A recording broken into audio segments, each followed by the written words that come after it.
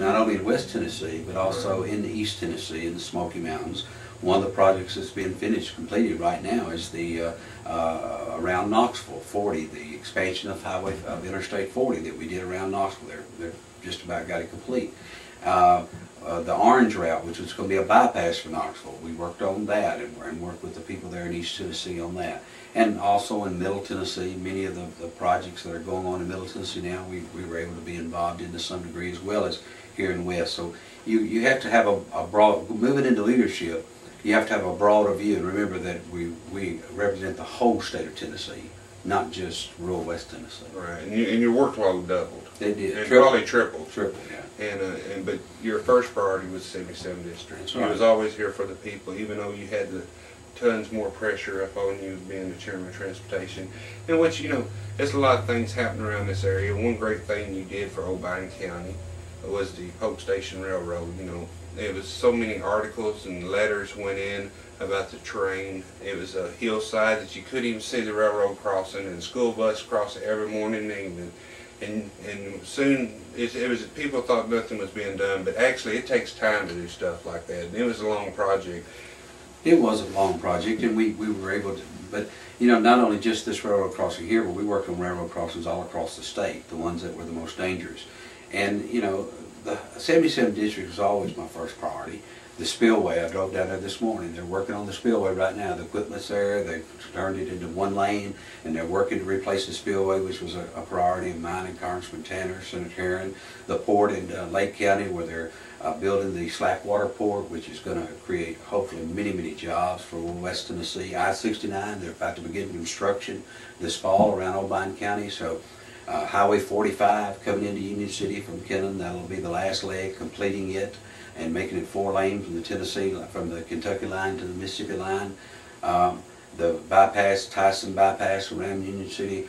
All these were projects that we worked on at 78 Highway in Dyersburg. Hopefully now with the port, 78 is going to be 4 lane. That'll be the first 4 lane into Lake County. I just came from Lake County this morning. They were very kind to me. The city of Tiptonville recognized me this morning for the work that we had done for them. The Carl Perkins Center that just opened there.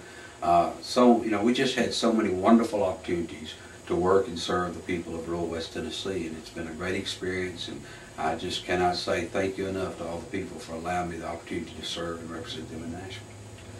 And you're talking about Carl Perkins, and he was a great icon for West Tennessee, and he come from Lake County, born and raised, and which moved to Jackson, and he become a legend. I know you helped them down there on different projects for him, and the family appreciates it, the Perkins family. And throughout your career in the legislature, you met quite a few interesting people. And I did. I had the opportunity to meet a lot of folks through the years. And I have a picture here. Yeah, Garth Brooks, that's a picture of Garth when he was testifying for one of the committees, and had an opportunity to meet him, and many of the country music stars there around Nashville, Jim Ed Brown, Dolly Parton, just many of them through the years, and got to meet a lot of people in politics that have gone on up into service in the Senate and also in the House. I had the privilege, of course, of traveling with and being with President Clinton when he was president. Brought him down here to Troy, as you'll remember, when that was in the campaign of '96. So, you know, I met a lot of wonderful people, but the most wonderful people I've ever met are the people I represented, the people right here in rural West Tennessee. And I found out that a poor boy from South 2nd Street can travel with the President of the United States, but at the end of the day, you still come back home to your roots and what it's all about. And we're going to watch a clip here, and it shows you speaking to the Senate, and a joke was made about being a hillbilly, in which you just admitted, you know, you can come from rural West Tennessee. You're not better than anybody else. No. The moral of the story is you represent these people. You're down on their level. You got to be in today's politics and see what's going on in the family, and people appreciate that. Senator Tracy and I didn't tell them anything about that. We met with Governor Rendell, Governor Daniels, Mayor Daley from Chicago, and we talked about all that. We didn't do any complaining while we were in the White House. And you know, the only thing they let us out with was the sweet and low packages with the presidential seal. That's all we got out of there with. I'll tell you what, when you let the hillbillies into the White House, they'll get the ashtrays and even the sweet and low. I've got one on my refrigerator.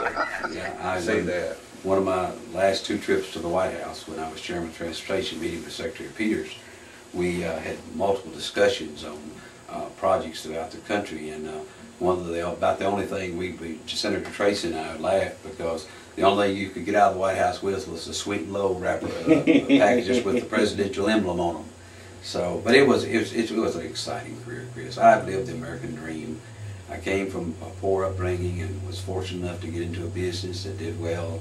Had the opportunity of serving the Lord through working with rural churches for over 30 years, and in 20 years as state representative.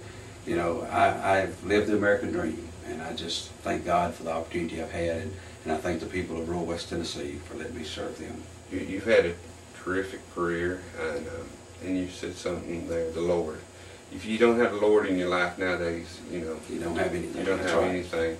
And one thing you can do in politics, and you stated, the Lord.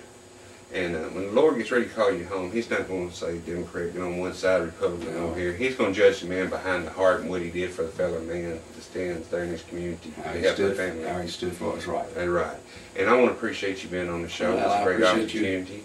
You. And I would like to have you back again sometime. And it's been my privilege, and to all the folks watching, thank you, and stay involved. Go vote. Get involved in your community. Let your voice be heard. Ladies and gentlemen, this is Donkey Punch, and you can catch us next month with another interview, and stay tuned. And remember, you can be a Democrat and be positive. Get out there and work hard. I'm KRIS Flyers, and this former Representative PHILLIP Pinion. We're saying goodbye. Take care. Thank you.